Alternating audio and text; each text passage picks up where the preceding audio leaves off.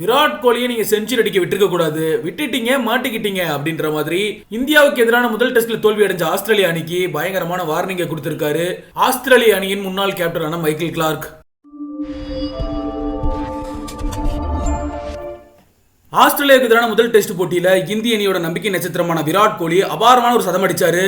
இதுதான் ஆஸ்திரேலிய அணிக்கு மிகப்பெரிய சிக்கலா மாறிடுச்சு அப்படின்ற மாதிரி முன்னாள் கேப்டனான மைக்கேல் கிளார்க் தெரிவிச்சிருக்காரு.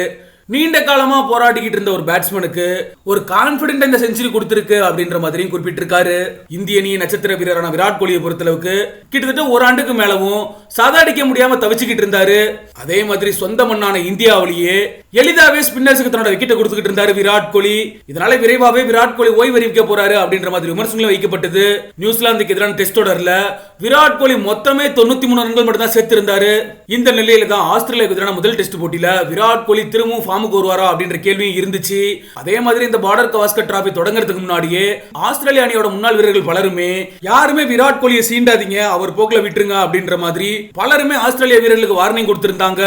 ஆனா விராட் கோலியை பொறுத்தளவுக்கு ஆஸ்திரேலியாவுக்கு எதிரான ஃபர்ஸ்ட் டெஸ்ட், அதாவது பெர்த் டெஸ்ட்லயே சதம் விளாசி ஃபார்முக்கு திரும்பி இருக்காரு.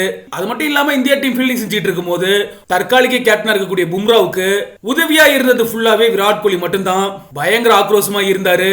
இதனால பழைய விராட் கோலியை பார்க்க முடிஞ்சது அப்படின்னு சொல்லி ரசிகர்களுமே கொண்டாடிக்கிட்டு இருக்காங்க.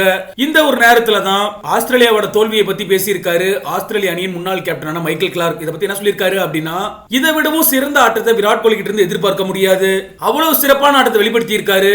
இந்தியா டீம் இந்த மேட்ச்ல ஆதிக்கம் செலுத்துறதுனால விராட் கோலி மேல எந்த பிரஷருமே இல்லாம இருந்துச்சு. அப்பதான் அவர் பேட்டிங்குமே வந்தாரு.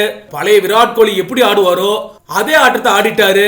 அண்மை காலமா எடுத்துக்கிட்டோம் அப்படின்னா விராட் கோலி பெரிய ஸ்கோரே அடிக்கல, அவர் மேல பிரஷரும் இருந்துச்சு. ஆனா இப்ப அவர் சதம் அடிச்சதுனால அவரோட கான்பிடன்ட் லெவல் அப்படிங்கிறது இப்ப அதிகமாகி இருக்கும். அந்த செஞ்சுரி அடிச்சதுக்கு அப்புறம் எல்லாருமே விராட் கோலி இஸ் பேக் அப்படின்னு சொன்னாங்க.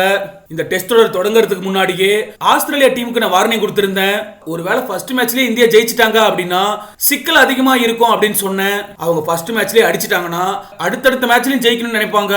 மூணாவது இல்லைன்னா நாலாவது டெஸ்ட்ல சதம் அடிச்சிருந்தா பிரச்சனையே இல்ல. இப்போ விராட் கோலியோட கான்பிடன்ட் லெவல் உச்சத்துல இருக்கும். இனிமே ஆஸ்திரேலியா டீமுக்கு கண்டிப்பா வேலைகள் அதிகமா இருக்கும். விராட் கோலியை ஃபர்ஸ்ட் டெஸ்ட்ல சதம் அடிக்க விட்டது இந்த தொடர்ல ஆஸ்திரேலியா அணிக்கு மிகப்பெரிய பிரச்சனையை உண்டாக்கும்.